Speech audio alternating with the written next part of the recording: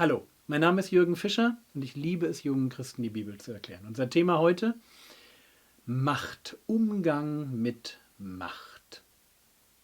Wenn wir in die Bibel reinschauen, dann merken wir, dass Menschen Macht haben. Das fängt an damit, dass wir Macht haben über uns selber.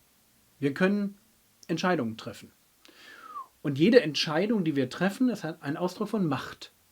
Und dann stehen wir in Beziehungen, wo wir zum Beispiel als Eltern Macht haben über unsere Kinder oder am Arbeitsplatz Macht haben, nicht nur vielleicht über technisches Gerät, sondern über Angestellte.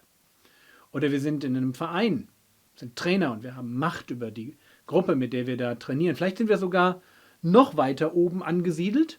Ja, die Bibel kennt Leute wie einen Daniel, der Premierminister ist und wirklich Macht hat, der Gesetze für ein riesiges Gebiet macht. Macht. Macht macht etwas mit Menschen. Und meistens macht nichts Gutes. Die Bibel ist leider voll davon, dass Menschen, die Macht haben, Macht missbrauchen.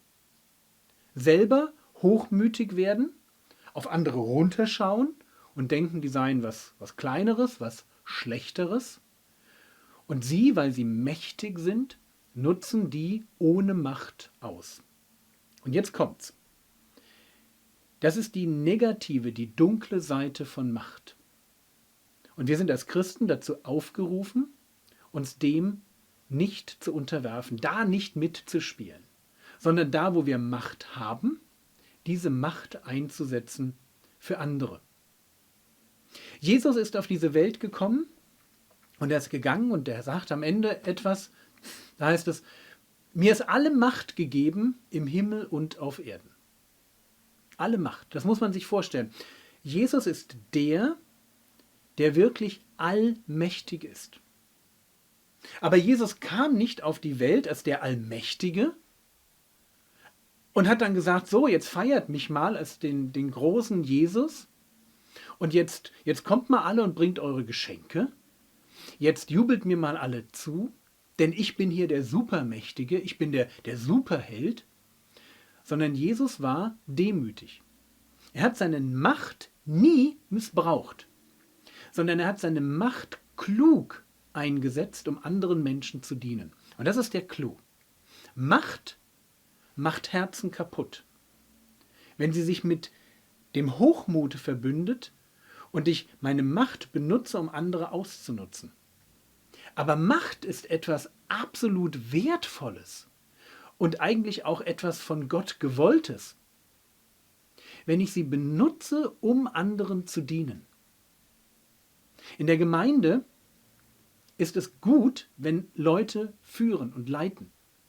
Es ist gut, wenn man Ältester in einer Gemeinde ist. Aber was zeichnet solche Leute aus, die Macht haben? Auszeichnen tut sie ein Leben, das vorbildlich ist. Auszeichnen tut sie, dass sie ihre Macht nicht benutzen, um sich selber zu bereichern, sich selber in den Mittelpunkt zu spielen, die Gemeinde als Bühne zu benutzen, wo dann andere ihnen zuklatschen und applaudieren, sondern Macht richtig benutzt bedeutet, dass der Macht hat, zum Diener wird, zum Sklaven wird und dem dient, der diese Macht nicht hat. Genau wie bei Jesus geht es darum, mit der Macht richtig umzugehen. Jesus kam als der Allmächtige auf die Erde und hat uns gedient. Er ist an einem Kreuz für meine Sünde gestorben und für deine auch. Er hat sich ganz klein gemacht. Er wurde Mensch und hat sich umbringen lassen wie ein Schwerverbrecher. Das zeichnet seine Macht aus. Er ist so mächtig im Umgang mit seiner Allmacht, dass er sie für uns einsetzt. Und wenn Gott dich berufen hat, Macht zu haben, egal wo, egal ob über dich selber, ob in einer Familie, am Arbeitsplatz, egal wo, dann beruft Gott dich, genau wie Jesus, dazu, diese Macht demütig einzusetzen und Menschen zu dienen. In dieser Welt wird Macht oft dazu benutzt, um sich selber zu bereichern. Im Reich Gottes wird Macht dazu benutzt, denen zu helfen, die schwach sind.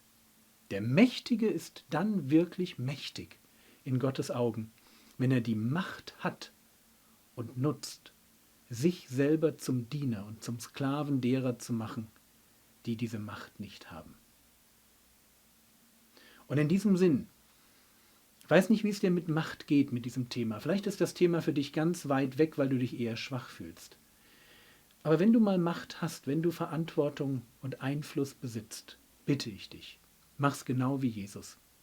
Benutze das für andere Menschen. Der neue Begriff, den ich dir mitgebracht habe, heißt Haus. Und du wirst vielleicht denken, Haus, ich weiß, was ein Haus ist. Stimmt, du weißt, was ein Haus ist. Du kennst das Wohnhaus. In der Bibel bezeichnet der Begriff Haus aber im übertragenen Sinn auch eine Familie oder eine Sippe. Und wenn es dann darum geht, sein Haus zu bauen oder sein Haus einzureißen, dann bedeutet das so viel wie eine Familie gründen oder eine Familie weise führen, beziehungsweise eben auch eine Familie kaputt machen. So, das war der Begriff Haus.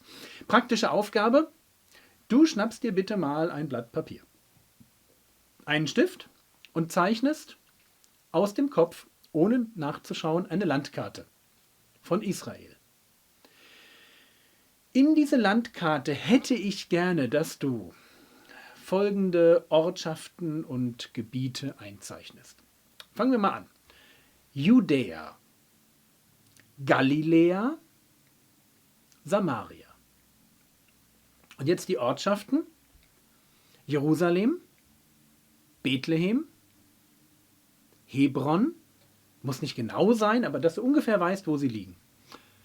Jericho, Joppe, Caesarea, Philippi, Nain, ja, die Auferstehung von diesem Jüngling von Nain, N-A-I-N, Nain, Nazareth, Kapernaum, bitte noch einen Berg, nämlich den Karmel und den Garizim und den Hermon, beziehungsweise das Hermongebirge. Okay?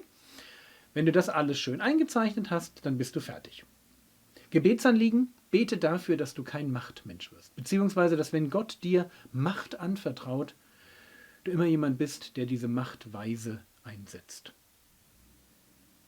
Bibellese: Apostelgeschichte, Kapitel 22, die Verse 1 bis 22. Also das ganze Kapitel 22. Du wirst gleich wieder 2 Fragen finden. Wäre schön, wenn du die noch beantworten könntest beim Lesen. Von meiner Seite aus war es das. Gott segne dich.